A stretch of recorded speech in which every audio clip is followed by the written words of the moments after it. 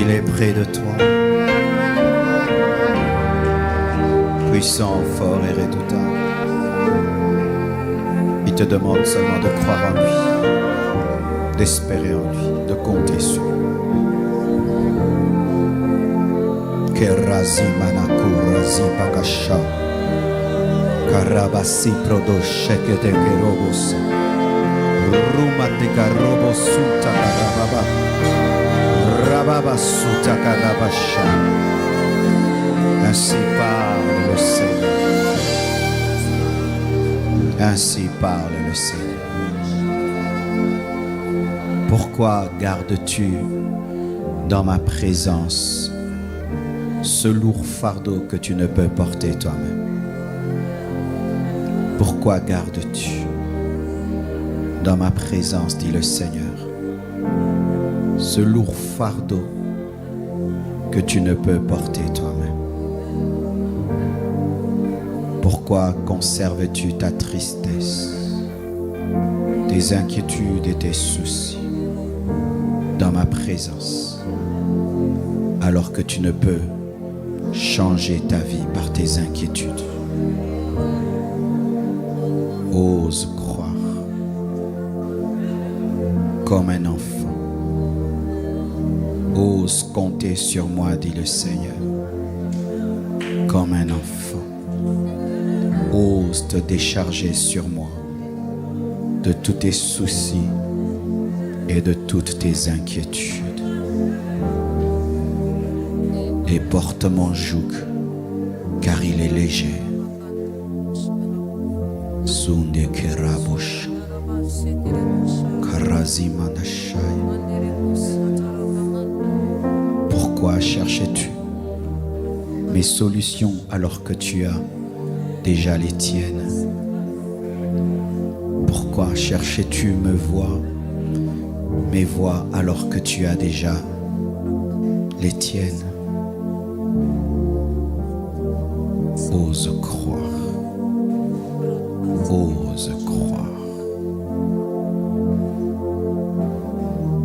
Zindegaria suta, mandegeria mashakarabazuta. Rumazinterebo shakatalabrosa, Rumayandalaba shakatalabaya. Je ne permettrai jamais que tu sois écrasé. Je ne permettrai jamais que tu sois écrasé par le poids des épreuves, par les poids qui t'accablent. Je ne laisserai jamais. Compte sur moi. Espère en moi. Comme un père, j'ai des projets de bonheur pour toi. Comme un père, je te connais. Comme un père, je te guide. Aie confiance même si tu ne comprends pas. Aie confiance même si tu ne vois pas tout. Aie confiance.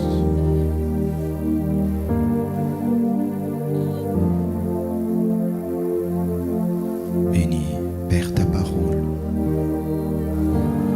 Bénis ce message. Accorde-nous ta présence intense et puissante.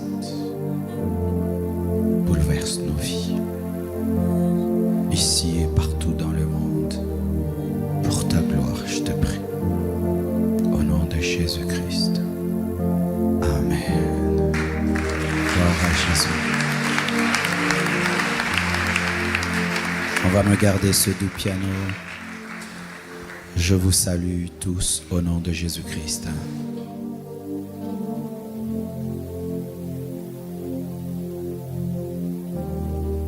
Veuillez m'excuser pour la semaine, j'étais absent, j'avais des examens et j'ai même pas fini. Et que Dieu bénisse mes fils qui ont travaillé à ma place, l'homme de Dieu Josué et le pasteur Pius de l'Afrique du Sud. Nous allons continuer dans cette série sur la présence de Dieu qui est bénie par ses enseignements. Acclamons Jésus très fort.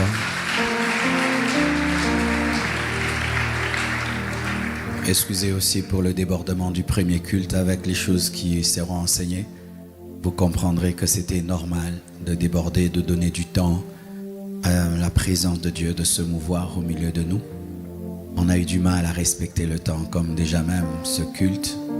Des fois, quand le réveil est là, c'est difficile de rester dans un programme de 2 heures de culte. C'est vraiment difficile, car la présence de Dieu exige aussi le temps. Amen. La chorale est très bien habillée aujourd'hui. Acclamons la chorale. On croirait des anges. Amen. Nous sommes debout. Nous allons lire Exode 3, 1, 6. Le thème de mon message, c'est les exigences de la présence de Dieu. Exode 3, 1 à 6. Vous y êtes, hein? Ok. Moïse faisait paître le troupeau de Jéthro, son beau-père, sacrificateur de Madian, et il mena le troupeau derrière le désert et vint à la montagne de Dieu à Horeb. L'ange de l'Éternel lui apparut dans une flamme de feu au milieu d'un buisson. Moïse regarda, et voici le buisson était tout en feu, et le buisson ne se consumait point. Moïse dit, je veux me détourner pour voir quelle est cette grande vision et pourquoi le buisson ne se consume point. L'Éternel vit qu'il se détournait pour voir, et Dieu l'appela du milieu du buisson et dit, Moïse, Moïse. Et il répondit, me voici. Dieu dit, n'approche pas d'ici, ôte tes souliers de tes pieds, car le lieu sur lequel tu te tiens est une terre sainte. Et il ajouta, je suis le Dieu de ton père, le Dieu d'Abraham, le Dieu d'Isaac et le Dieu de Jacob. Moïse se cacha le visage, car il craignait de regarder Dieu. Genèse 22, 1 à 12. Genèse 22, 11 plutôt, 11 à 12. Alors l'ange de l'Éternel appela des cieux et dit, Abraham, Abraham. Et il répondit, me voici. L'ange dit, n'avance pas ta main sur l'enfant et ne lui fais rien, car je sais maintenant que tu crains Dieu et que tu ne m'as pas refusé ton fils, ton unique. Asseyez-vous, s'il vous plaît.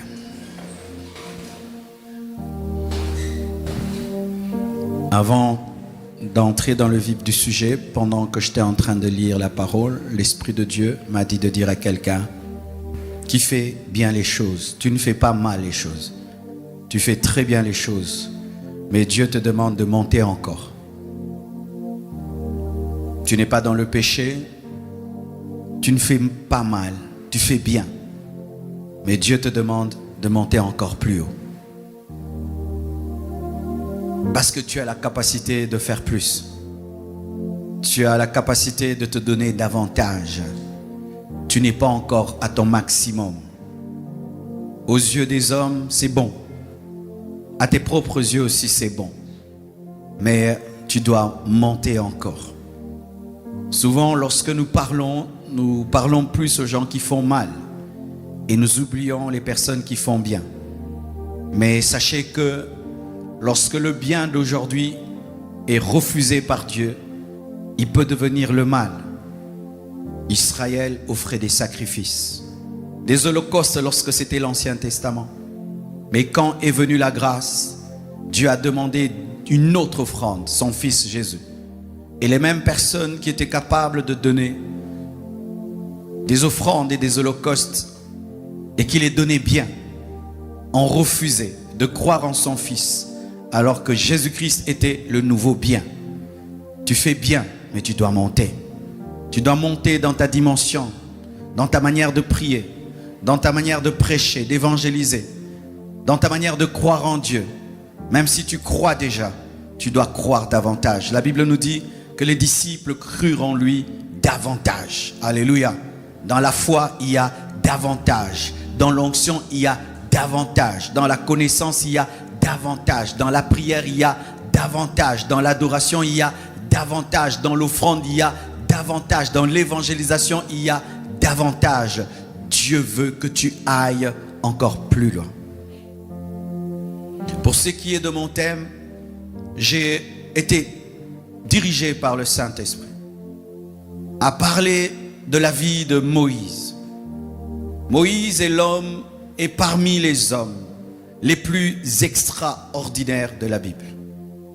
Pour ma part, dans l'Ancien Testament, personne n'arrive à la cheville de Moïse. C'est vrai, nous savons que la Bible parlant de Jean-Baptiste a dit que de tous ceux qui sont nés de femmes, il n'y a pas plus grand que Jean-Baptiste. Jean-Baptiste, sa grandeur par rapport à Moïse, c'était le fait qu'il avait baptisé le Fils de Dieu et qu'il avait présenté le Messie.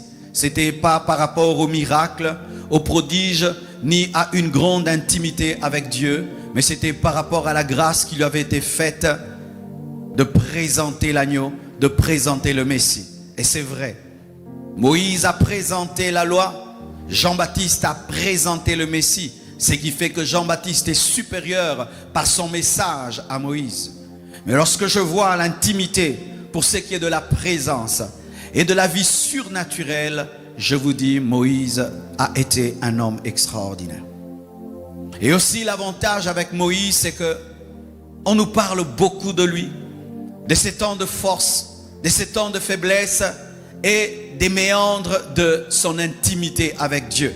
On nous montre comment Moïse priait. On nous montre comment Moïse cherchait Dieu. Et c'est un grand exemple dans le domaine de la présence de Dieu. Aujourd'hui, je vais commencer. Je vais continuer dimanche. Et je continuerai encore. Et nous serons sur Moïse. Et nous serons grandement bénis. Cet homme a bougé le monde. Cet homme a ébranlé la plus grande puissance mondiale. Lorsque tu lis l'histoire de Moïse, tu risques d'être même complexé et croire que c'était un surhomme. Mais ce que j'aime dans la parole, c'est que Dieu présente comment Moïse est né. Il est né d'un homme et d'une femme comme toi. Et si Dieu a pu utiliser Moïse, il peut t'utiliser, car toi aussi tu es né d'un homme et d'une femme. Alléluia. Moïse était aussi un bébé. Et lorsqu'il est né, la Bible nous dit qu'il avait une particularité. C'était pas l'onction, c'était pas la prophétie, il était beau. À cause de sa beauté, ses parents ont décidé de ne pas le tuer, mais ils l'ont épargné et ils l'ont posé sur le Nil et Dieu l'a dirigé dans la maison de ses ennemis. Moïse est entré dans la maison de Pharaon et il a donc été élevé par Pharaon pendant 40 ans. Et la Bible nous dit que Moïse a été enseigné dans toutes les sciences de l'Égypte. Donc, Moïse était occultiste. Ça te choque, mais c'est la vérité. Le problème des chrétiens, c'est que nous ne lisons pas la Bible, mais nous regardons les films sur la Bible. Et ainsi, nous avons notre propre lecture intellectuelle de la parole sans laisser l'Esprit de Dieu nous enseigner les choses clairement. La Bible nous dit qu'il a été initié dans toute la sagesse de l'Égypte. Et quelle était la sagesse de l'Égypte? C'était l'occultisme, c'était la magie. Le pharaon était entouré de magiciens. Mais malgré que ce Moïse était devenu occultiste dans la maison de Pharaon, Dieu avait un plan dans sa vie. Frère, quelle que soit la maison dans laquelle tu es, quelle que soit la vie que tu es en train de mener, je crois que le plan de Dieu est plus puissant que ta maison, plus puissant que les démons qui te surveillent, plus puissant que les magiciens qui t'initient. Oh oui, j'aimerais parler à tous ceux qui sont dans l'occultisme. Dieu a un plan pour vous et tu peux devenir un pasteur, un docteur, un prophète. Dieu a un plan pour vous. J'aimerais parler à tous ceux qui sont dans la magie, tous ceux qui sont dans l'occultisme et dans les ténèbres. Vous pouvez être des Moïse et plus que des Moïse. Dieu est capable de vous sauver. Dieu est capable de vous changer. Il a sauvé un Paul qui était meurtrier. Il a sauvé un Moïse qui était initié à la magie égyptienne. Et il peut vous sauver. L'église doit s'attendre à voir des Moïse entrer à l'église. Le problème de l'église, c'est que nous voulons que des saints puissent servir Dieu, alors que Dieu va dans la poubelle du monde ramasser des personnes pourries afin de les servir. Oh mon frère, Jésus peut te délivrer de la sorcellerie, il peut te délivrer de la magie, il peut te libérer de toute puissance des ténèbres et des pactes que tu as fait avec le diable, et le diable ne te fera rien. Il est revenu dans la maison de ceux qui l'ont initié, ils ne l'ont pas touché. Tu peux sortir de la sorcellerie et on ne va pas te bouffer. Tu peux sortir de la magie, on ne va pas te bouffer. Tu es capable de le faire. Dieu avait un projet sur lui, mais il était dans la maison d'un magicien, initié, enseigné par le magicien. Moïse était préparé à devenir un pharaon, pour ceux qui ne savent pas. C'était un prince en Égypte, un militaire, un homme intelligent, un homme formé. Et alors là, commence une lutte. La Bible nous dit que lorsque Moïse est devenu grand, il a préféré, mes frères, l'opprobre de Christ que le luxe de la maison de Pharaon. On nous dit l'opprobre de Christ. Moïse avait déjà la révélation de Christ dans l'Ancien Testament. Quel niveau et quelle grâce. On dit l'opprobre de Christ. Il a préféré l'opprobre de Christ plus que l'honneur de Pharaon. Parce que le point zéro de Dieu est plus que le point 1000 du diable. Jésus mourant à la croix, point zéro a vaincu le diable.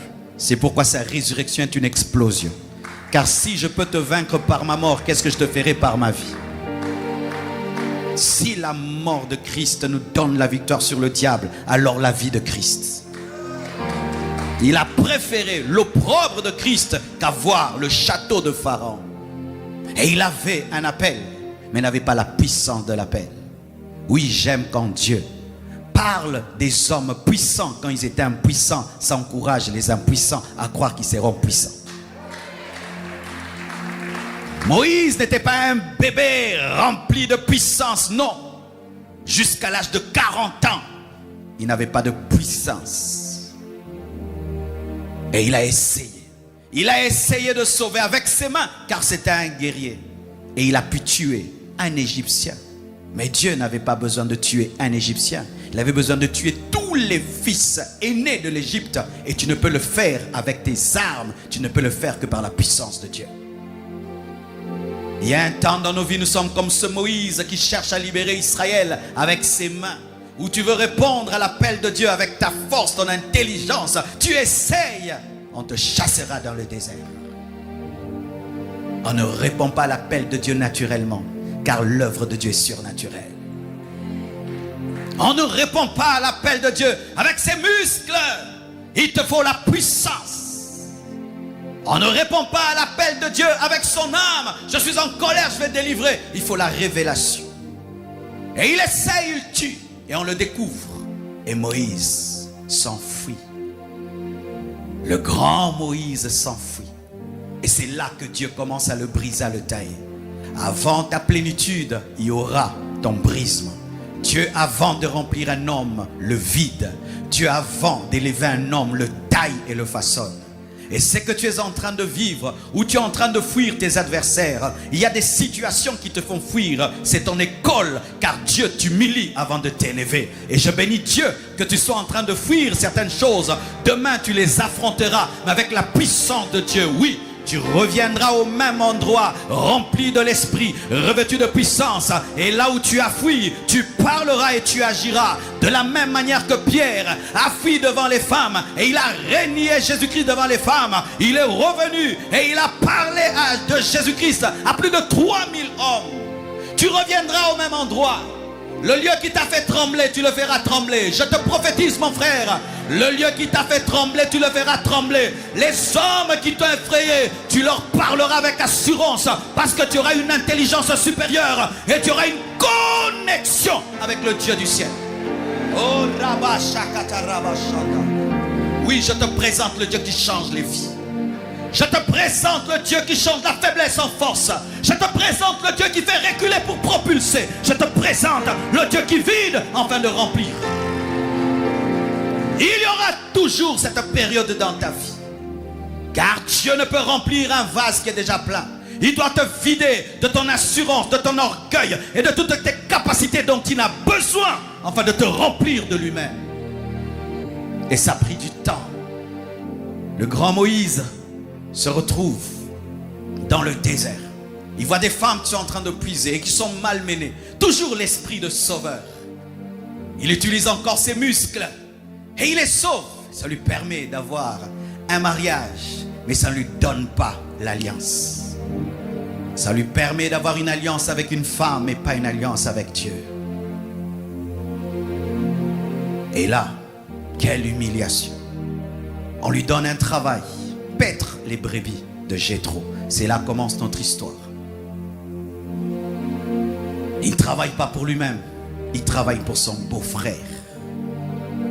Quelle humiliation. Lui qui était avant un prince devient un berger.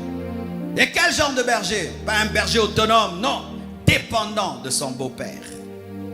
C'est son beau-père qui le paye à la fin du mois. C'est son beau-père qui l'envoie. Oh Moïse, va à droite, va à gauche, va à ceci. Le grand prince devient berger. N'abandonne pas lorsque tu deviens un prince berger. Le berger va devenir prophète. N'abandonne pas lorsque tu recules. C'est pour que tu puisses sauter. N'abandonne pas lorsque ta vie semble reculer. Ce n'est pas une régression, c'est une direction. Ce n'est pas une régression, c'est une direction. Car tu ne rencontreras pas le buisson ardent dans la maison de Pharaon, mais tu rencontreras le buisson ardent en train de paître les brebis de Jéthro. Oh, gloire à Dieu. Oh, ma soeur, c'est toi qui laves les assiettes le matin. Dieu te rencontrera en train de laver les assiettes. Parce que pendant que tu laves les assiettes, tu chantes et tu adores et tu parles en d'autres langues. Et un jour, tu seras baptisé du Saint-Esprit. Tu auras encore une onction plus grande, une révélation plus grande. Pendant que tu fais des basses besognes, c'est alors que Dieu te prépare à des grands travaux. Sois prêt, bientôt Dieu changera ta vie. Je te dis, sois prêt, bientôt Dieu changera ta vie. Et la Bible nous dit, le grand Moïse est en train de paître les brebis. Et il avait une habitude. Lorsque vous regardez les films sans comprendre la parole, vous aurez une mauvaise interprétation de la parole. On nous présente Moïse en train de paître des brebis et comme par hasard, tout d'un coup il voit un buisson ardent. Mais non, ce n'est pas le cas. Moïse avait une habitude. C'est que lorsqu'il allait paître les brebis, il en profitait pour aller à la montagne de Dieu, à Hébron. C'était une habitude. Il aimait aller à la montagne. Mais il n'avait pas de grandes expériences lorsqu'il allait à Horeb, plutôt à Horeb. Mais il allait, chaque fois qu'il paissait les brebis, il en profitait aussi pour aller à la montagne d'Horeb. Moïse faisait paître le troupeau de son beau-père, le sacrificateur Madian, et il mena le troupeau derrière le désert et vint à la montagne de Dieu, à Horeb. Et vint, c'était volontaire. C'était volontaire. Et la Bible nous dit que lorsqu'il est allé à la montagne de Horeb, ce n'est pas qu'il y avait l'apparition. Il est allé sans l'apparition pour avoir l'apparition. Qu'est-ce que je veux t'enseigner, mon frère? Continue dans tes programmes de prière. Même si tu ne vois rien, un jour tu verras quelque chose. Continue à jeûner comme tu jeûnes. Un jour tu verras quelque chose. Continue à aller au rêve. Un jour tu auras une apparition. Continue à prier à 4 heures du matin. Un jour tu auras une apparition. Continue à prier à 9 heures, à 10 heures. Je ne connais pas ton programme, mais un jour le naturel sera changé en surnaturel. Oh, donne-moi un amen. Des fois il faut avoir la monotonie pour vivre la transformation. Car la vie est aussi tenue par la monotonie. La respiration est monotone mais te fait vivre. Le cœur est monotone mais il te fait vivre. Tes poumons sont monotones mais te font vivre. Des fois il faut être monotone pour entrer dans la transformation. Tu vas au rêve, tu vas au rêve, tu vas au rêve, tu vas au rêve. Et un jour, buisson ardent. Tu vas à la chambre haute, tu vas à la chambre haute. Un jour, une apparition. Tu vas. Et puis un jour. N'arrête pas de faire ce que tu fais de manière régulière. Un jour, il y aura une transformation dans ce que tu fais habituellement. Jésus avait l'habitude de se lever et de précéder le soleil en prière. Et un jour, en priant, sa transpiration est devenue du sang.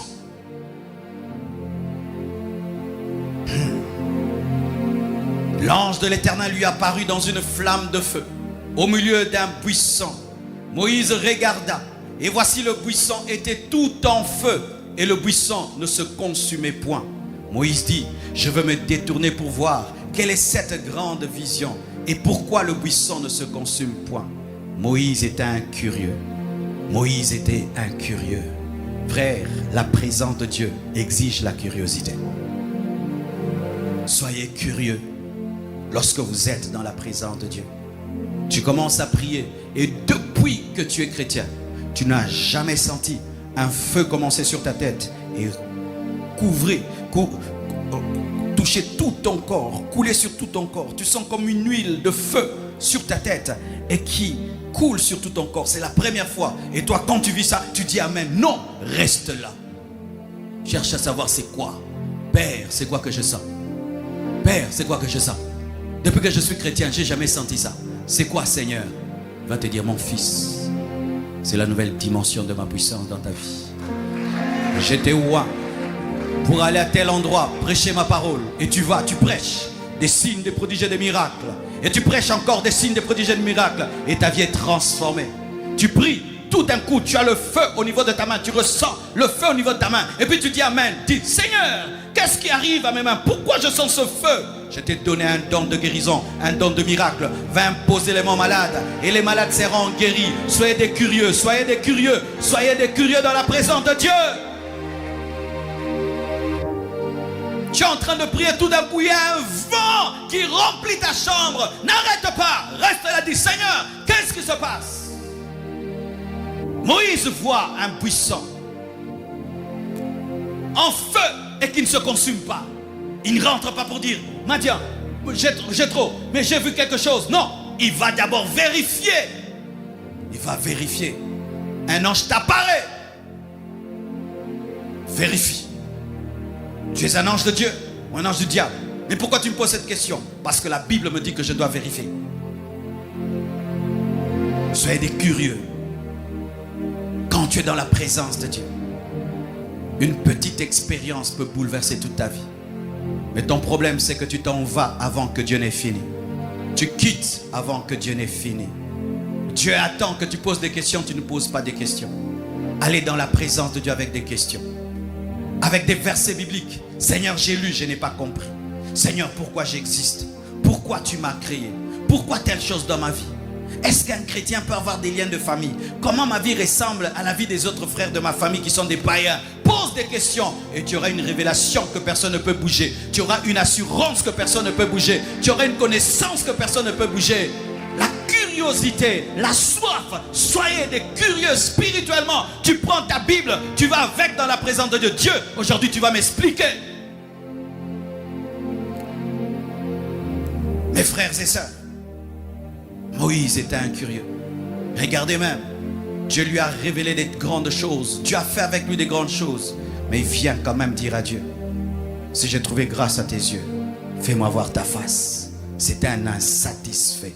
Il voulait plus, et encore plus, et encore plus, et encore plus, et encore plus. L'ange de l'Éternel lui apparut dans une flamme de feu, au milieu d'un buisson. Moïse regardait, et voici le buisson était tout en feu, et le buisson ne se consumait point. Moïse dit, je veux me détourner pour voir. Il oublie les moutons, et il cherche maintenant à comprendre le buisson ardent. La présence de Dieu réclame que tu bouleverses tes programmes pour chercher Dieu. C'était le programme brebis, ça devient le programme buisson ardent. Mon frère, tu ne peux pas diriger toutes tes journées. Un jour, Dieu viendra dans ta journée afin de prendre le contrôle de ta journée et tu dois le laisser faire. C'est une journée comme toutes les autres, mais un jour, tu ressens toi un besoin de prier encore plus longtemps. Arrête de respecter ton agenda. Abandonne ton agenda. Entre dans l'agenda de Dieu et Dieu te bouleversera. Il se détourna. Il mit de côté les brebis. Et là, c'était la recherche du buisson ardent. Ton problème, c'est que tu es tout le temps avec les brebis. Tu es tout le temps avec tes brebis. Tout le temps brebis. Tout le temps mon programme, mon agenda. Le buisson ardent bouleverse le programme du berger.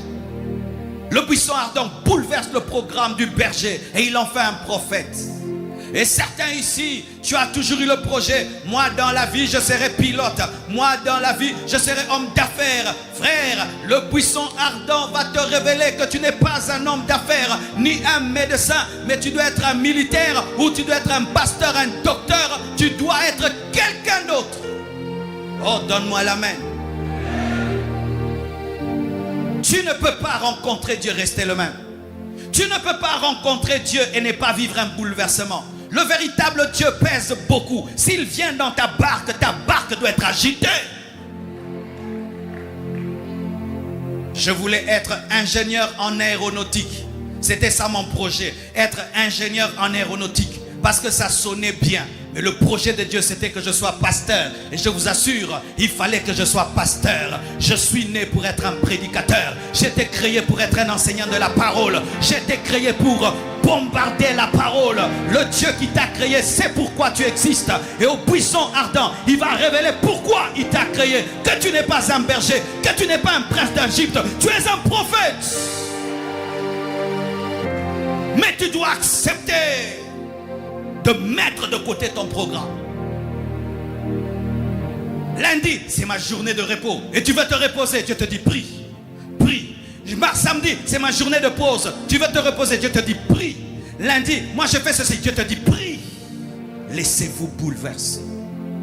La présence de Dieu exige que tu acceptes le shift, que tu acceptes le bouleversement, que tu acceptes la modification de ton agenda. L'ange de l'Éternel lui apparut dans une flamme de feu au milieu d'un buisson. Moïse regardait, voici le buisson était en feu. Et le buisson ne se consumait point. Il s'agissait d'Israël qui était torturé en Égypte, mais qui croissait. Moïse dit, je veux me détourner pour voir quelle est cette grande vision et pourquoi c'était un homme qui avait des questions. Le buisson ne se consume point. L'Éternel vit qui se détournait pour voir et Dieu l'appela du milieu du buisson et dit, Moïse, Moïse. Et il répondit, me voici, Dieu te connaît. Dieu connaît ton nom. Dieu connaît ton nom. Quand tes parents te donnaient un nom, Dieu a vu et il connaît ton nom. J'aimerais te dire que Dieu connaît ton nom. Dieu connaît ton nom. Alléluia. La présence de Dieu exige l'intimité. Alléluia. Dieu appelle Moïse 2 fois. Quand Dieu m'appelle, il m'appelle Marcelo. Il ne m'appelle pas Pasteur Marcelo. Il m'appelle Marcelo. Et quand tu appelles Marcelo, ça veut dire c'est l'intimité. La présence de Dieu exige l'intimité. Anne-Marie, Dieu te connaît. Jeanne, Dieu te connaît. Papi, Dieu te connaît. Dieu te connaît. Moïse, Moïse. Je ne connais pas tous vos noms, mais Dieu connaît tous vos noms. Et c'est ce qui est essentiel. Le président de la République ne connaît pas ton nom, mais Dieu, le roi des rois, le Seigneur des seigneurs connaît ton nom. Et donc, lorsque tu entres dans sa présence, sache que tu entres dans la présence d'un intime,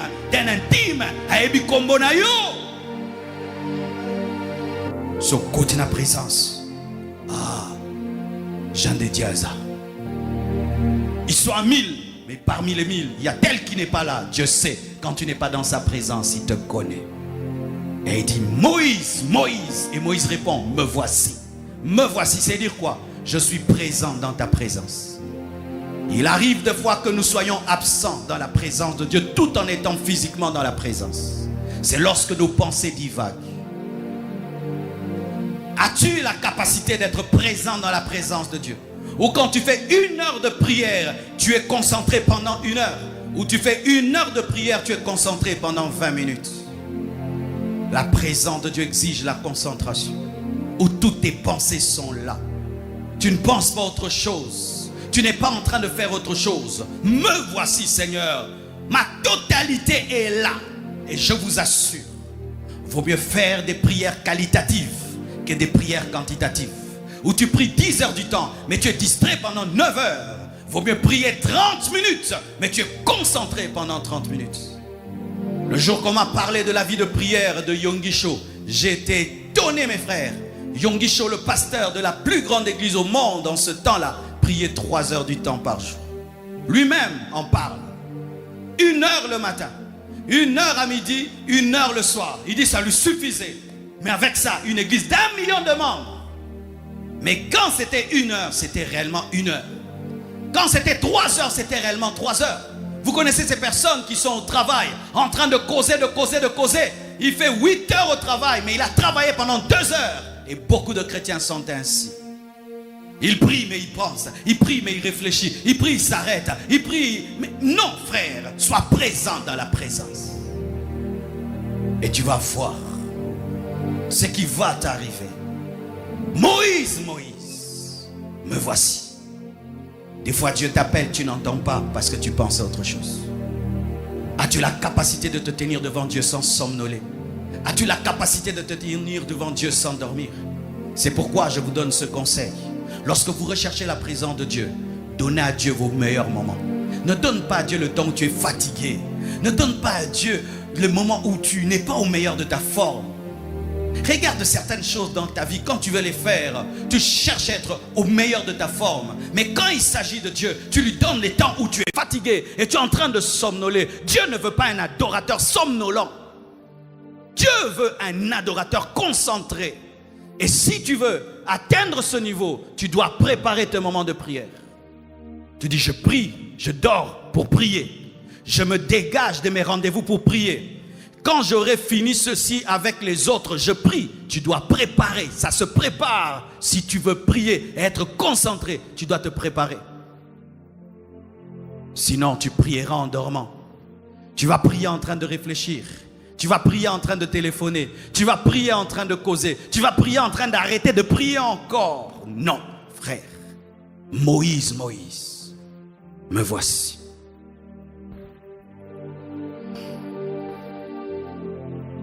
Dieu dit, n'approche pas d'ici. Ôte tes souliers de tes pieds, car ce lieu sur lequel tu te tiens est une terre sainte. Là où le saint vient, cela devient consacré. Quand un endroit a la visite du saint, cet endroit devient saint. Et cet endroit était consacré. C'était le lieu de Dieu. Et Dieu dit à Moïse, tu as marché partout comme tu as voulu, mais ici c'est ma présence. Tu enlèves tes chaussures.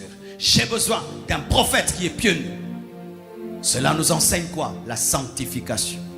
Frères et sœurs, la présence de Dieu exige que tu enlèves tes chaussures. Que tu enlèves le péché de ta vie. Que tu enlèves les mauvaises paroles, le mauvais caractère. Il y a des personnes qui doivent quitter ta vie. Ce sont des souliers. Il y a des relations qui doivent quitter ta vie. Ce sont des souliers. Des relations toxiques. Il y a un caractère qui doit quitter ta vie. Ce sont tes souliers. Il y a une manière de parler qui doit quitter ta vie. Ce sont tes souliers. Il y a une chose qui doit quitter dans ta vie. Une chose que tu as mal acquise. Tu dois quitter, abandonner cette chose. Ce sont des souliers.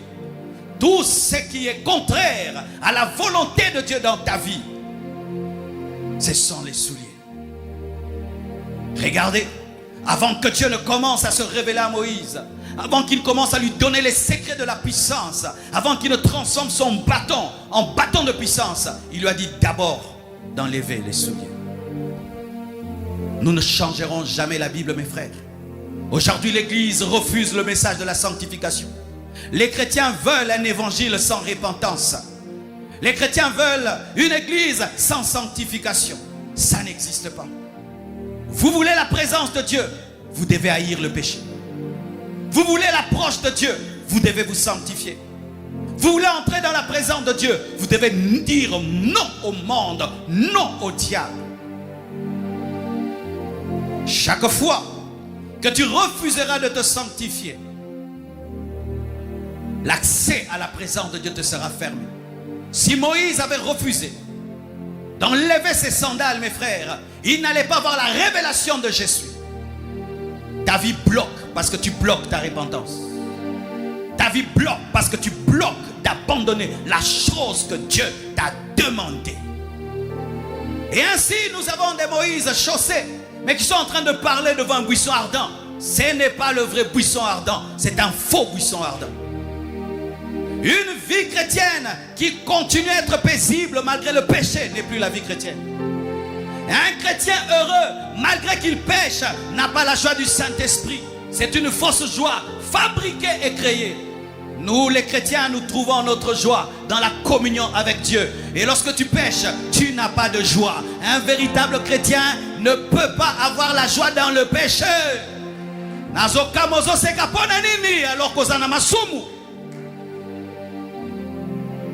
Comment peux-tu être dans la joie alors que tu vis dans le péché?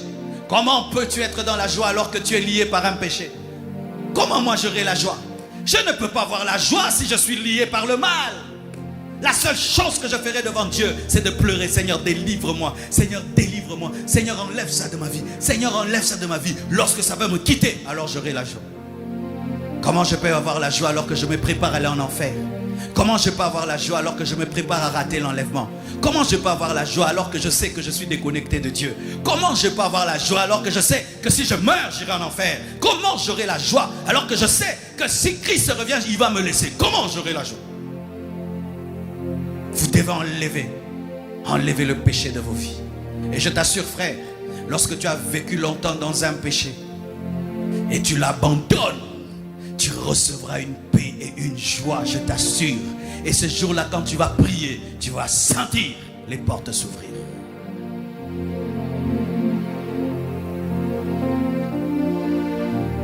Dieu n'a pas enlevé les chaussures de Moïse. C'est Moïse qui devait les enlever.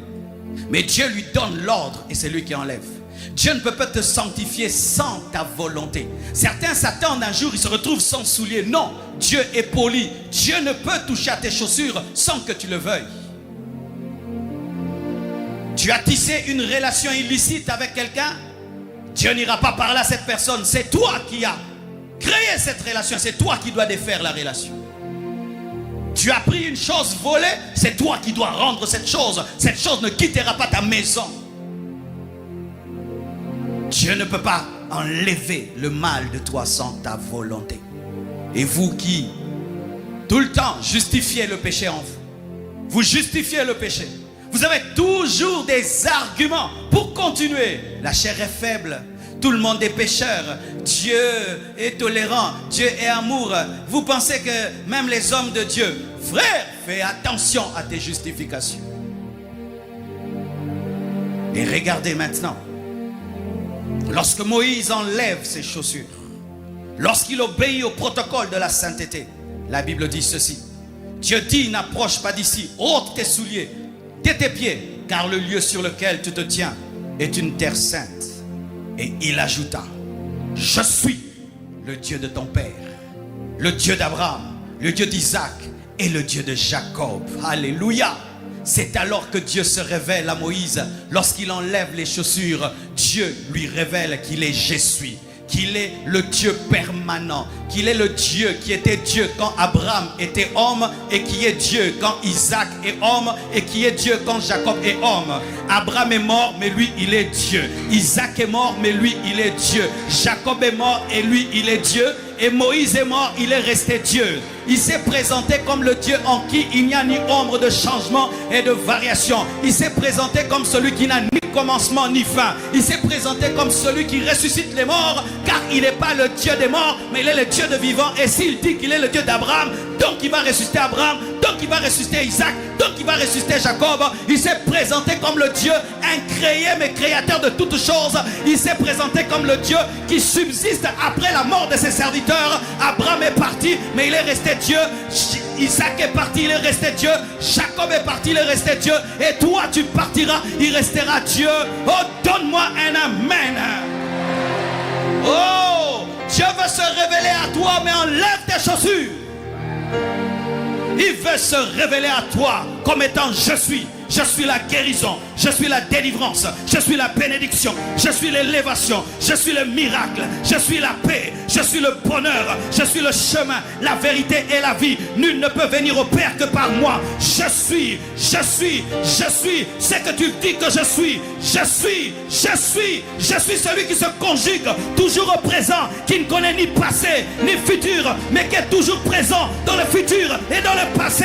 Oh, donne-moi un amen. Tu veux la révélation de Dieu? Enlève tes chaussures. Il a son pied gauche sur le passé, son pied droit sur le futur, et il est assis sur le présent. Il maîtrise le passé comme il maîtrise le futur, et il est assis sur le présent. Je suis le Dieu de tes pères.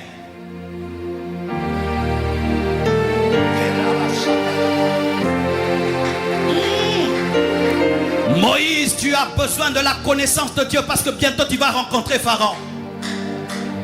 Et si tu rencontres Pharaon sans révélation de celui qui t'a envoyé, Pharaon va te détruire. La plus grande arme de l'envoyé n'est pas l'arme, mais c'est la révélation. Plus tu connaîtras ton Dieu, plus tu seras efficace. Plus tu connaîtras ton Dieu, plus tu seras efficace. La Bible dit que ceux du peuple qui connaîtront leur Dieu agiront avec fermeté. Tu as besoin de connaissance, tu as besoin de révélation, tu as besoin de cela.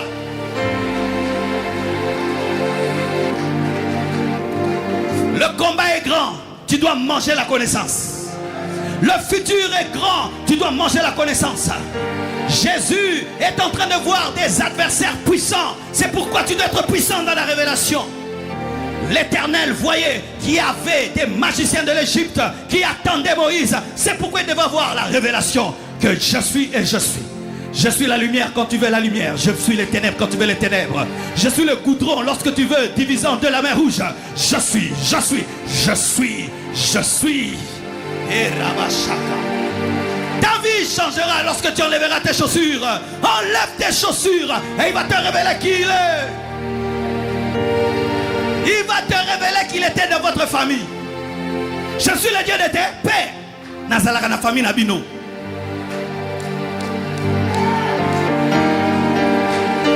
Je suis le Dieu de tes pères. C'est-à-dire, je suis membre de ta famille. Je ne suis pas un Dieu lointain. J'étais là lorsque tu es né. J'étais là lorsque tu pleurais sur le Nil. Et c'est moi qui t'ai protégé pour que les crocodiles ne te mangent pas. Et j'étais là lorsque tu étais dans la maison de Pharaon. C'est pourquoi je n'ai pas permis que tu deviennes Pharaon. J'étais là lorsque tu as fui. J'étais là lorsque tu étais dans le désert. Et je serai avec toi.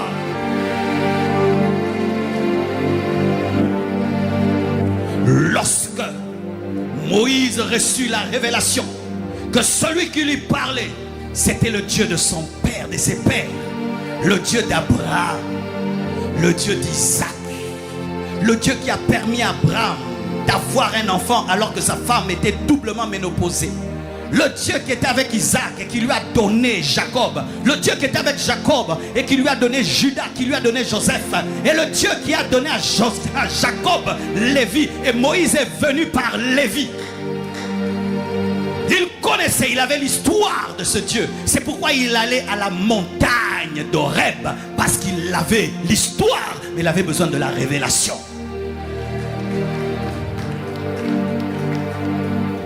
Et lorsque Dieu se révèle à lui, la Bible dit que Moïse cacha. Pourquoi? Parce qu'il se cacha son visage, parce qu'il craignait d'avoir vu Dieu. La révérence, le respect. La présence de Dieu exige la révérence et le respect. C'est pourquoi je ne comprends pas les chrétiens qui causent en plein culte. Je ne comprends pas les chrétiens qui chiquent en plein culte. Je ne comprends pas les chrétiens qui téléphonent en plein culte. Je ne comprends pas les chrétiens qui marchent, qui descendent et qui montent en plein culte. Je ne comprends pas cela. Quand il s'est rendu compte qu'il n'était pas que devant un arbre, mais qu'il était devant Dieu, il a dit: je vais mourir car j'ai vu la face. La présence de Dieu exige la révérence. C'est pourquoi Paul dit que nous devons servir Dieu avec crainte et tremblement. Nous ne devons pas servir Dieu sans crainte. Il faut servir Dieu avec crainte et tremblement. C'est pourquoi les apôtres, lorsqu'on leur donnait la gloire qui revenait à Dieu, ils déchiraient les vêtements. Pourquoi? Ils servaient avec crainte et tremblement. Ils savaient que c'était un Dieu jaloux. Un Dieu jaloux. Un Dieu jaloux. Oh, mais une chose que j'aimerais que tu apprennes aussi, c'est que des fois nous tombons dans les extrêmes. La révérence devient la peur. Dieu ne veut pas que tu aies peur de lui. Dieu veut que tu le respectes. Mes enfants n'ont pas peur de moi. Mes enfants me respectent. Mon fils est mon ami, mais il me respecte. Mon fils me respecte mais n'a pas peur de moi. Mais certains chrétiens tombent dans le piège, c'est que lorsque la présence de Dieu descend, ils ont peur. Ce sont les sorciers qui doivent avoir peur, pas toi l'enfant. Car la puissance de Dieu n'agit pas contre toi, mais agit en ta faveur. Lorsque la gloire de Dieu sature l'église, un véritable enfant de Dieu est dans la joie. Il dit, papa est là. Regardez Pierre, la gloire de Dieu resplendit sur la montagne de la transfiguration. Il dit quoi? J'aimerais faire 3 temps de rester ici. Il n'a pas envie de fuir, il a envie de rester. Jean dormait sur la poitrine de Jésus. Il dormait là, sur la poitrine du feu dévorant.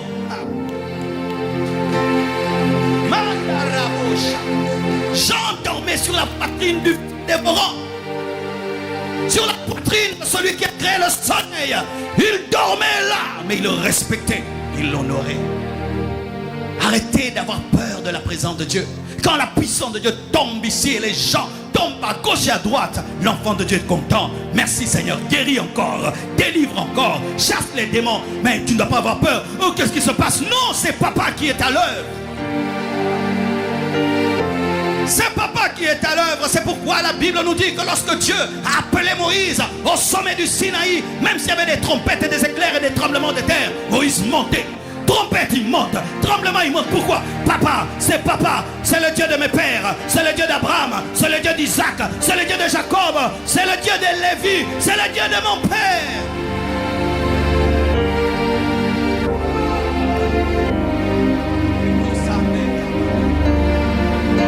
Mais écoutez ceci.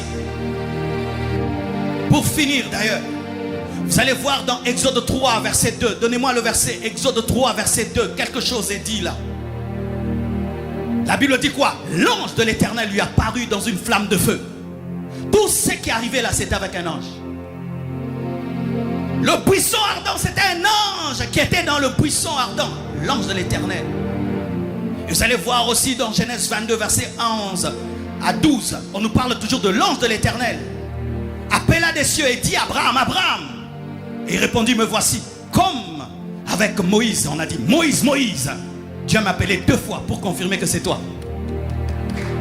Moïse, Moïse, me voici. Abraham, Abraham, me voici.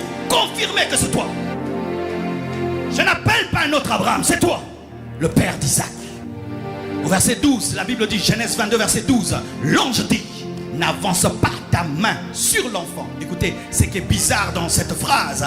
L'ange dit, n'avance pas ta main sur l'enfant et ne lui fais rien. Car je sais maintenant que tu crains Dieu. Écoutez maintenant, écoutez. Et que tu ne m'as pas refusé ton fils unique, un ange. Un ange. Est-ce qu'Abraham était en train d'offrir son fils unique à un ange? Mais l'ange dit, tu n'as pas refusé de m'offrir ton fils unique. Quel est cet ange? Quel est cet ange qui se permet de parler comme Dieu? Quel est cet ange qui ose parler comme il était Dieu? Voici la révélation, mes frères. Dans la Bible, on parle de l'ange de l'Éternel, on parle d'un ange ou on parle des anges. Mais lorsqu'on parle avec l'article défini, l'ange de l'Éternel, c'est quelqu'un d'autre. Ce n'est pas Michael, ce n'est pas Gabriel, c'est une théophanie. C'est dire quoi? C'est une apparition du Père, ou une Christophanie, ou une apparition du Fils. Donne-moi la main que je te parle. Regardez, dans Exode, on dit quoi? L'ange de l'Éternel parlait dans le buisson, mais au verset 4, on dit l'Éternel dit. Il y a un ange dans la Bible qui est une manifestation de Christ et du Père dans l'Ancien Testament. Et remarquez, lorsqu'on commence le Nouveau Testament et Jésus vient sur la terre, on ne parle plus de l'ange de l'Éternel. Pourquoi? La parole s'est faite chair et l'ange de l'Éternel peut se manifester. Alléluia. Regardez mes frères et sœurs. L'ange de l'Éternel parle et il dit, j'ai vu que tu m'as donné. Tu n'as pas refusé de me donner ton fils. Il s'agissait d'une apparition physique du Père ou du Fils. Pour ceux qui ne croient pas, parlons du Saint-Esprit. Est-ce que le Saint-Esprit est venu sur la terre le jour de la Pentecôte? N'est-ce pas que dans Genèse, on nous dit déjà que l'Esprit de Dieu se mouvait au-dessus des eaux? Le Saint-Esprit a porté la veste pour l'église à la Pentecôte, mais pour la création, il était déjà à l'œuvre. Et Jésus-Christ, alléluia, s'est incarné afin de sauver les hommes. Mais il était déjà à l'œuvre dans l'Ancien Testament comme l'ange de l'Éternel. Parce qu'un ange ne peut accepter l'adoration. Un ange ne peut parler comme étant Dieu, mais il parle au nom de Dieu. Mais cet ange-là parle comme étant l'Éternel. Qu'est-ce que je veux dire? Pourquoi je vous parle de l'ange de l'Éternel? L'ange de l'Éternel, c'est une théophanie, c'est-à-dire l'apparition du Père, ou une Christophanie, l'apparition du Fils dans l'Ancien Testament. Mais regardez le respect que Moïse lui doit. Il respecte une apparition. Il honore une apparition. Il honore l'ombre. Et voyez comment Moïse a vécu avec Dieu. Il a commis certes des erreurs. Il a pris une femme étrangère. Mais regardez même quand Dieu lui dit, tu n'entreras pas. Il ne se fâche pas. Il accepte de ne pas entrer alors qu'il a fait un travail exceptionnel. Moïse était un grand. Dieu même parlant de lui dit qu'il était l'homme le plus patient de sa maison. Mais nous n'avons pas une apparition. Nous n'avons pas l'ange de l'Éternel. Nous avons le Fils de Dieu. La parole faite chair. Nous avons l'incarnation. L'incarnation. Moïse avait une apparition. Nous avons une incarnation. Nous avons l'incarnation. Et quand je compare Paul et je compare Moïse, Paul est supérieur à Moïse. Moïse a eu le buisson ardent par l'ange de l'Éternel. Mais Paul, c'est Jésus ressuscité qu'il a rencontré.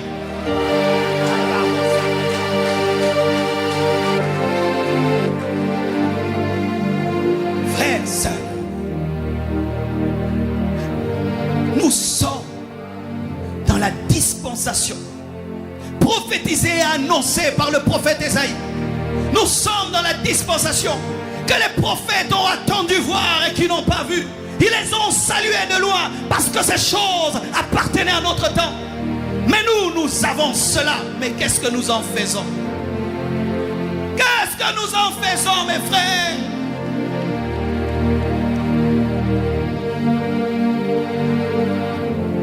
Avec l'ange de l'Éternel, Moïse a sorti des millions d'hommes de l'Égypte et les a amenés dans le désert. Mais nous avons Christ. Nous avons la réalité. Nous ne sommes plus dans l'ombre et des apparitions. Jésus-Christ a marché 33 ans sur la terre. Ce n'était pas une apparition. Et il nous a dit, allez, faites de toutes les nations mes disciples. L'ange de l'Éternel a dit à Moïse, va libérer mon peuple de l'Égypte. Mais il nous dit, allez faire de toutes les nations.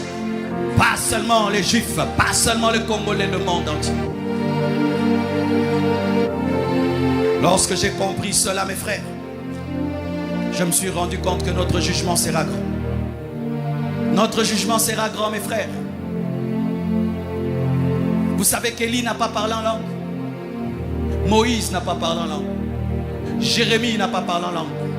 Daniel n'a pas parlé en langue. Rinda Koska Rebabacha. Ça, c'est pour nous. Ça, c'est pour nous. Mais il y en a qui ne parlent même pas langue. Mais ils parlent en langue, mais ils ont arrêté de parler en langue. Et d'autres refusent même de parler en langue. Ils disent, je n'aime pas ces glou-glou. Comment traitez-vous Jésus? Comment traitez-vous Jésus? Comment traitez-vous la présence de Jésus? Laissez-vous bouleverser.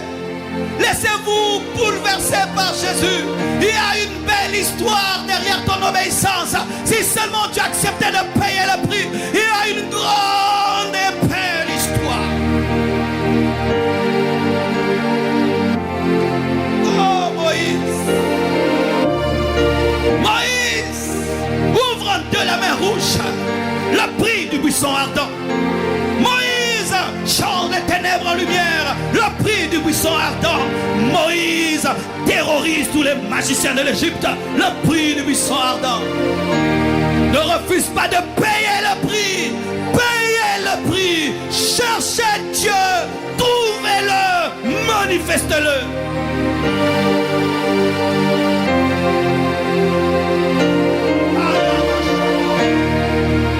Oh, prions. Je m'arrête là. Prions, prions, prions, prions. Zambe balukakaye. Zambe balukakaye. Zambe balukakaye. Zambe balukakaye.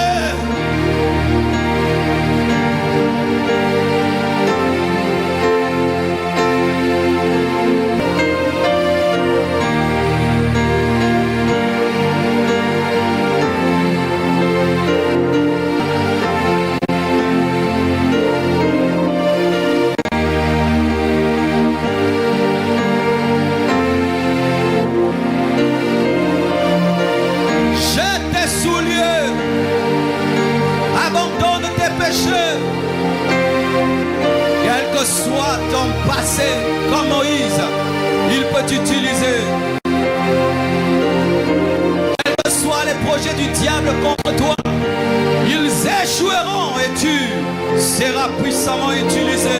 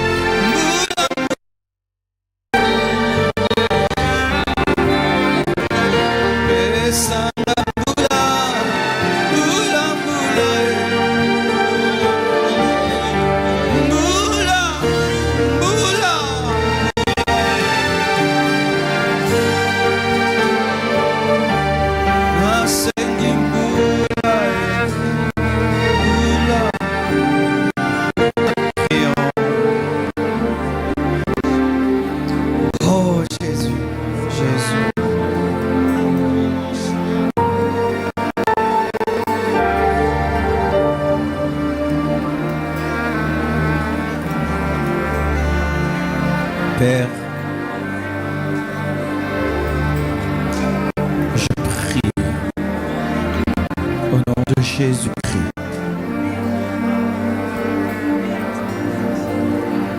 pour des bouleversements de vie.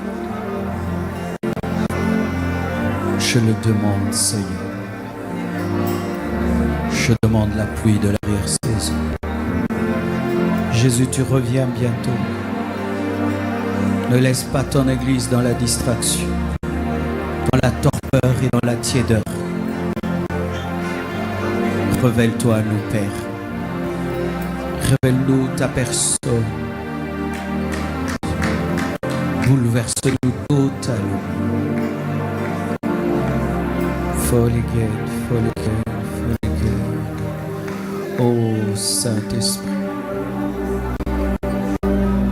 dis avec moi, Saint-Esprit, je me livre totalement. Saint-Esprit, je me livre totalement. Je me livre totalement. Je me livre totalement. Je me livre totalement. Bouleverse ma vie. Bouleverse.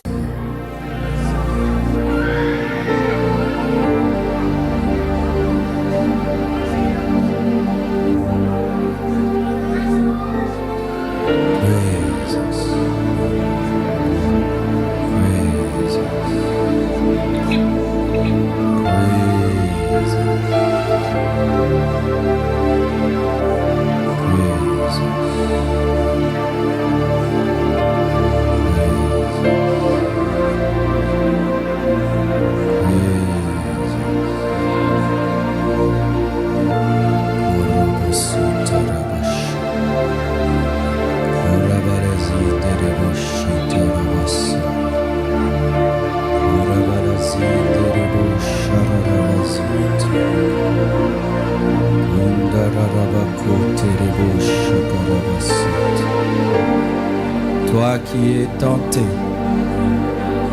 très tenté ces derniers temps, résiste, ne te lasse pas de dire non au diable, ne te lasse pas de dire non au monde, quelle que soit la pression, résiste.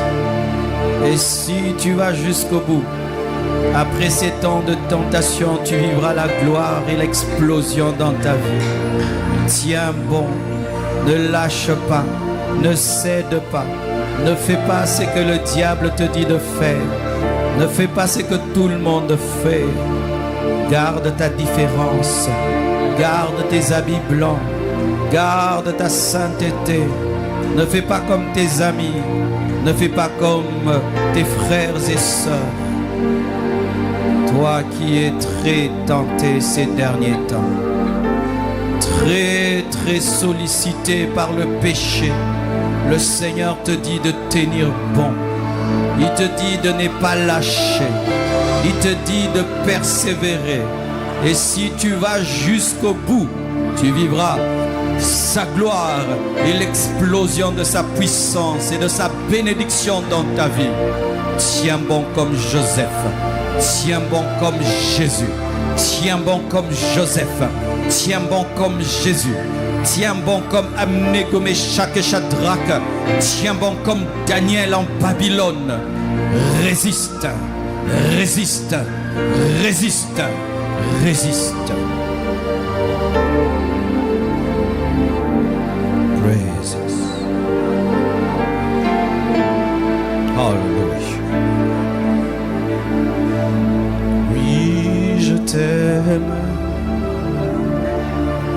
Oui, je t'aime. Oui, je t'aime. Oui, je t'aime. Oui, je t'aime. Oh Jésus. Oui, je t'aime. Oui, je t'aime.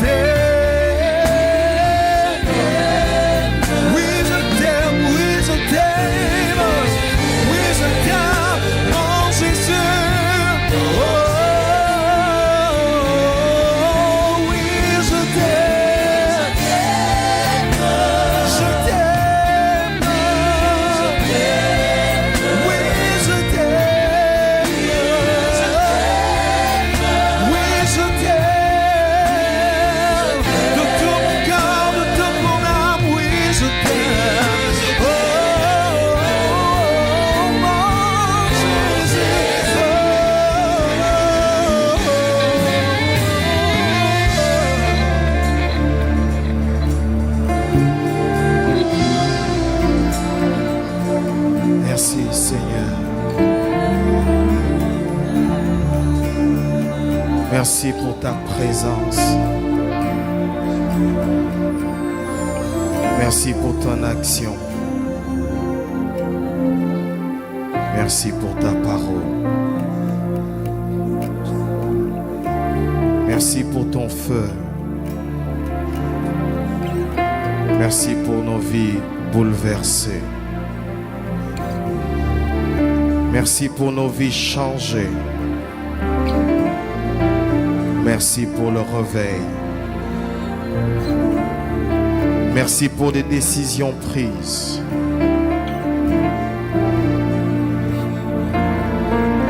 Merci pour cet après-midi. Que ton nom soit béni.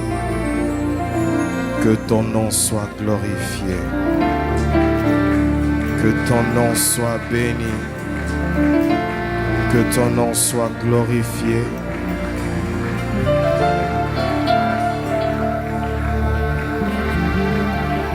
Et c'est dans cette présence que nous acclamons royalement le Seigneur.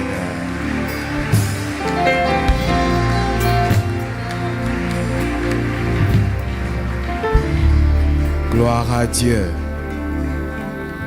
Alléluia. Que Dieu bénisse son serviteur et cette puissante parole que nous venons d'entendre. Et que Dieu nous aide à défaire nos souliers. C'est dans cette attitude que nous voulons offrir à Dieu cet après-midi.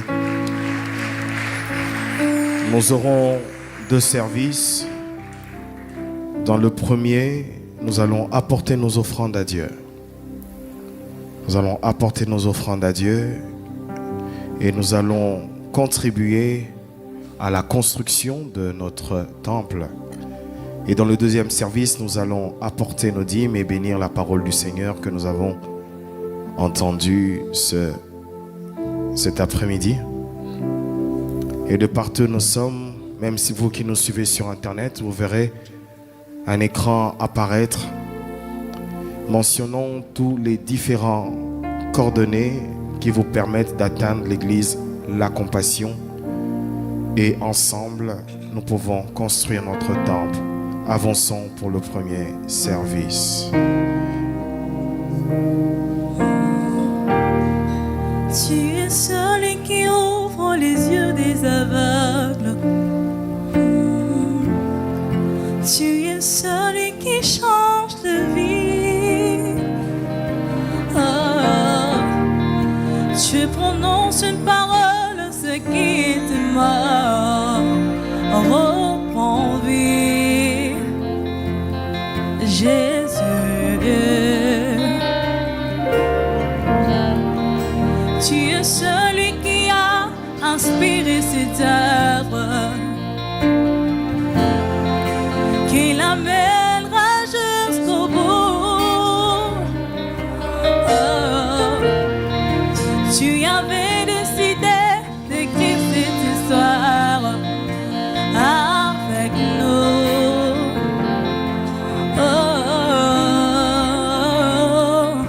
Maintenant, Seigneur, souffle sur nos pays, envahis nos villages, viens toucher nos familles.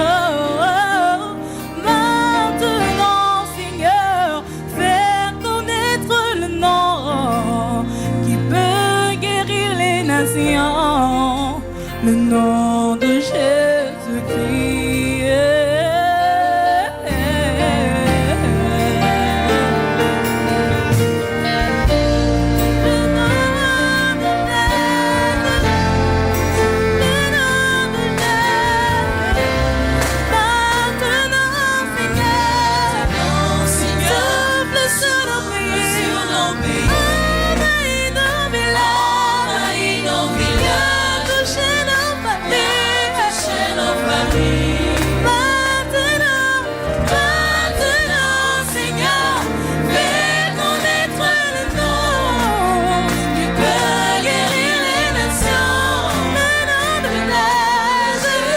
Nous allons passer passer au deuxième service. Nous allons apporter nos dîmes et bénir la parole du Seigneur. Approchons s'il vous plaît.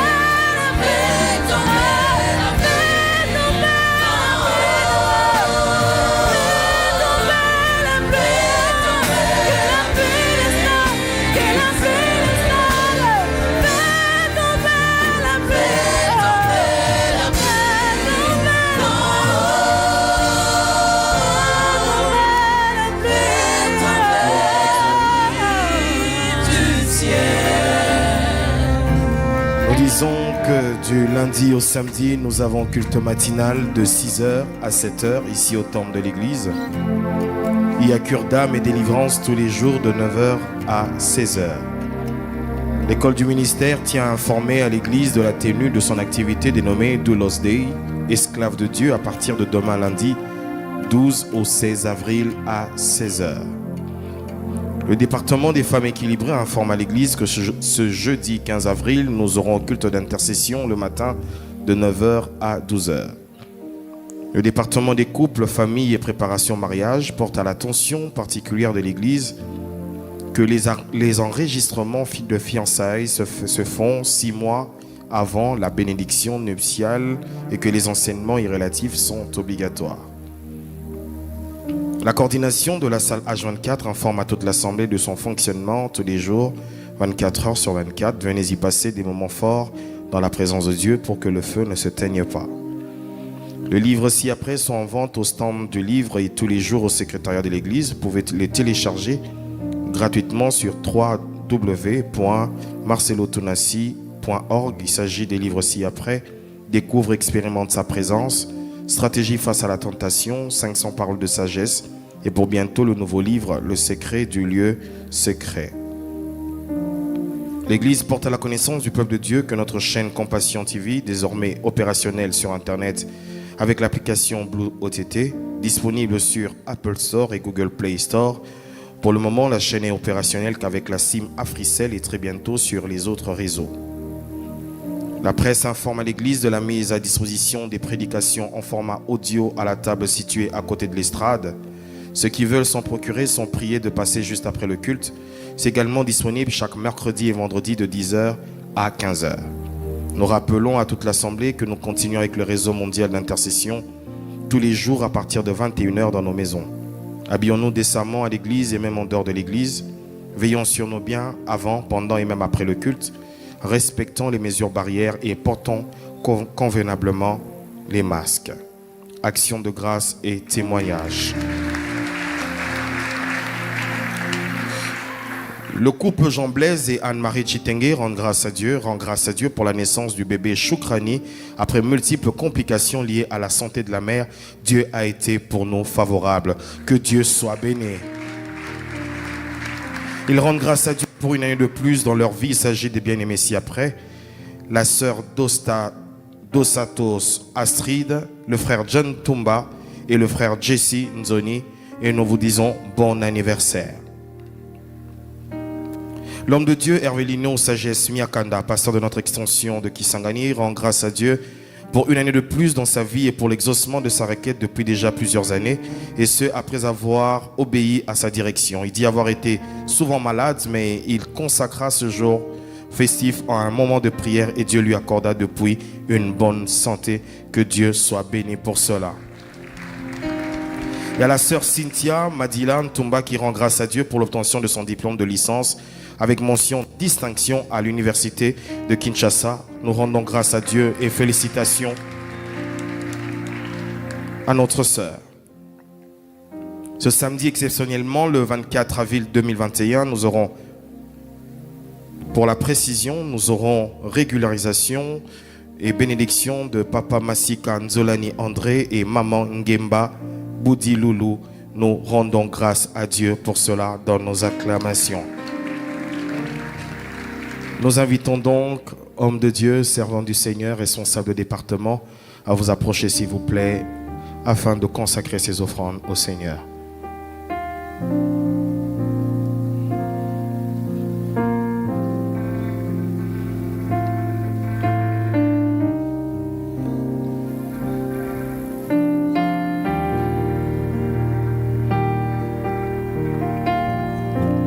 Prions le Seigneur.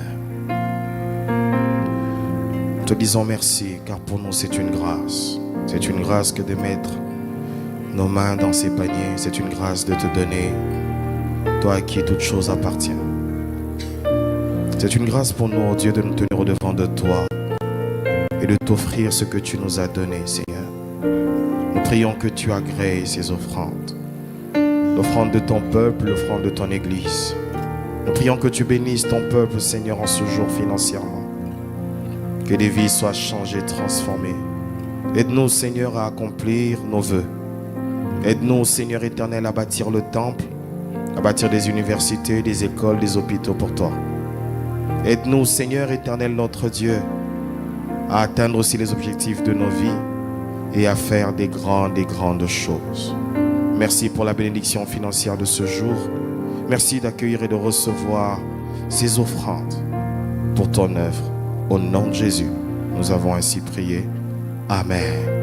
Nous acclamons le Seigneur. Est-ce qu'on peut bien acclamer le Seigneur?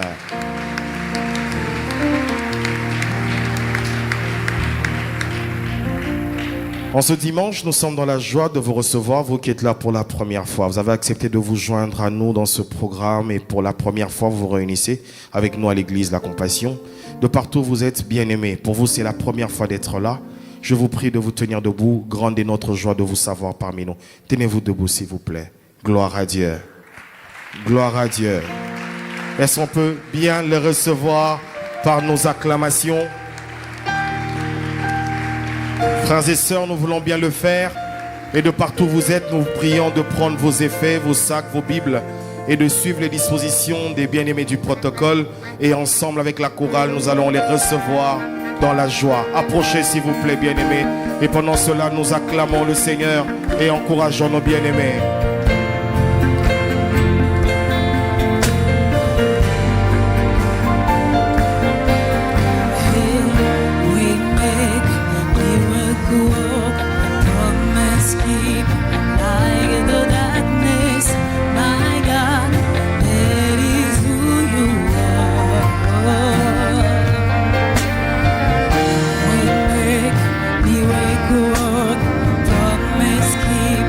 I get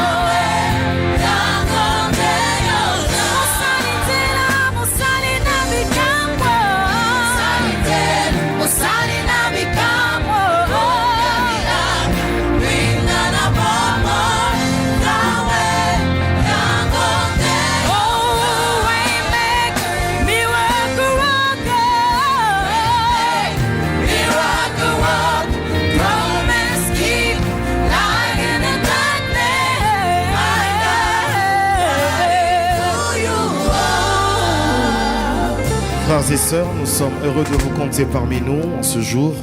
Et à la fin de culte, ne soyez pas pressés, il y aura une équipe qui va s'entretenir avec vous pendant quelques minutes.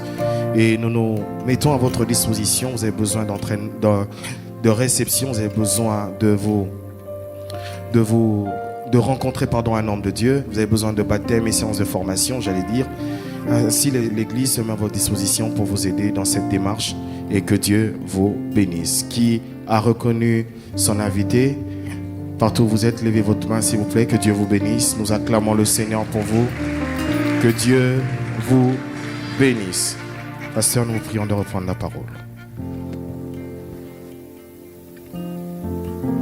Gloire au Seigneur. Alléluia. J'ai été béni moi-même. Qui a été béni? Amen. Il faut réécouter la vidéo. Elle est sur YouTube et même la prendre. Réécouter. Amen. Soyez les bienvenus à la compassion. Soyez les bienvenus à la compassion. Amen. Nous sommes bénis pendant toute la semaine qui va commencer, lundi jusqu'au vendredi. C'est consacré à l'école du ministère. Ce sont les serviteurs de Dieu qui sont formés à l'école du ministère, qui vont prêcher pendant toute la semaine. Vous savez, j'ai fait un calcul. Il nous faut au moins 24 hommes de Dieu pour qu'on prenne tout le Congo. 24 missionnaires. Si on a 24 bons missionnaires, on va prendre tout le Congo. Et pendant cette semaine, c'est pour l'école du ministère. Ce sont des personnes formées pendant des années qui vont nous enseigner. Et moi, je reviendrai seulement dimanche pour continuer ces enseignements sur les exigences de la présence de Dieu. Nous rendons grâce à Dieu. On avait déclaré pour cette année qu'il fallait que nous atteignions 10 000 personnes. Dimanche passé, nous étions à 9 120 personnes. Est-ce qu'on peut acclamer le Seigneur?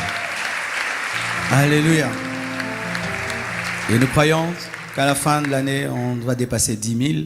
Quand on va finir ce temple de 7 000 places, on va faire 3 cultes de 21 000 personnes. 21 000 français.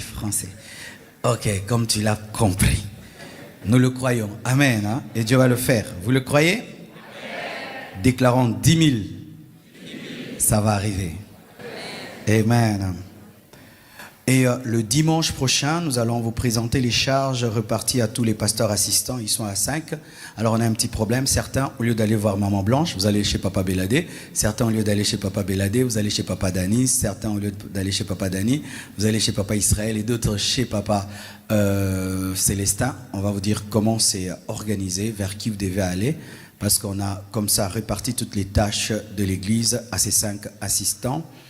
Et dans les groupes des présidents, on va vous envoyer par WhatsApp toutes les répartitions. Comme ça, nous allons mieux travailler. Du 1er au 5 septembre, nous aurons équilibre avec le pasteur Mohamed Sanogo d'Abidjan et le pasteur Grégory Toussaint de Miami. Et après équilibre, nous irons à Mwanda et à Matadi pour notre extension. En octobre, nous serons à Lubumbashi dans notre extension. Novembre, nous serons au Niger, nous venons. En décembre, nous serons au Cameroun. Et en 2002, en mars, plutôt en avril, nous serons au Mali. En mai, nous serons au Bandundu. En septembre 2022, nous serons à Kisangani. Amen. Nous nous tenons debout afin de recommander notre départ au Seigneur. Plus de toi, Seigneur, plus de toi, plus de ta ressemblance, plus de toi, plus de discernement.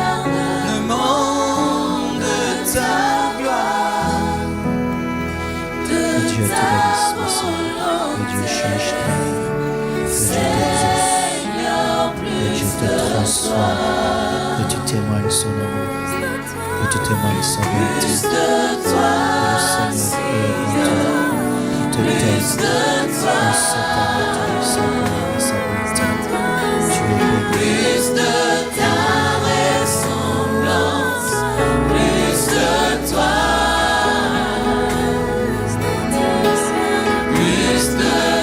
Discernement.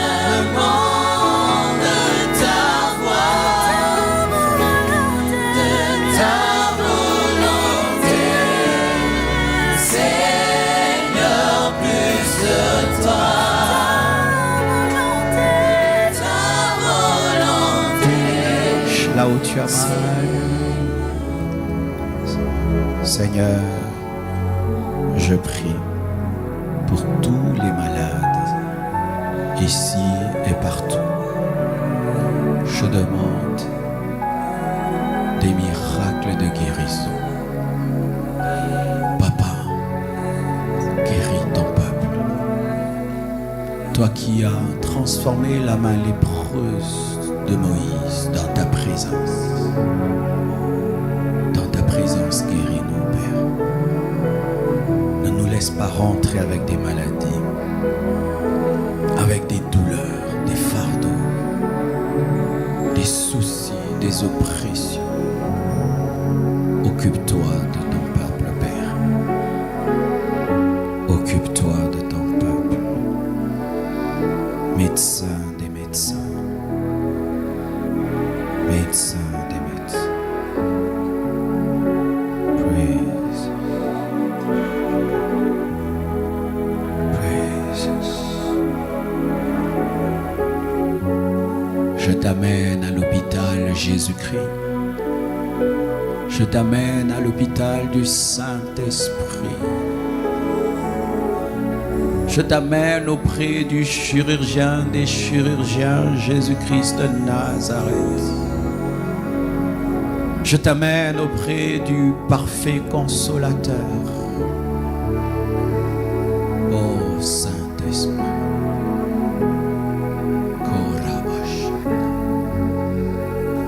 Reçois la guérison. Reçois la paix. Reçois la paix. Reçois la paix. Reçois la joie. Le vrai bonheur.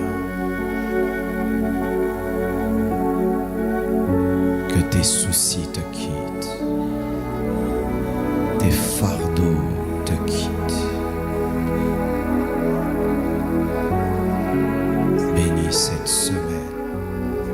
Marche avec nous. Fais-nous triompher. Confonds nos ennemis. Vous êtes bénis. Vous êtes bénis. Vous êtes bénis. Au nom de Jésus-Christ. Amen.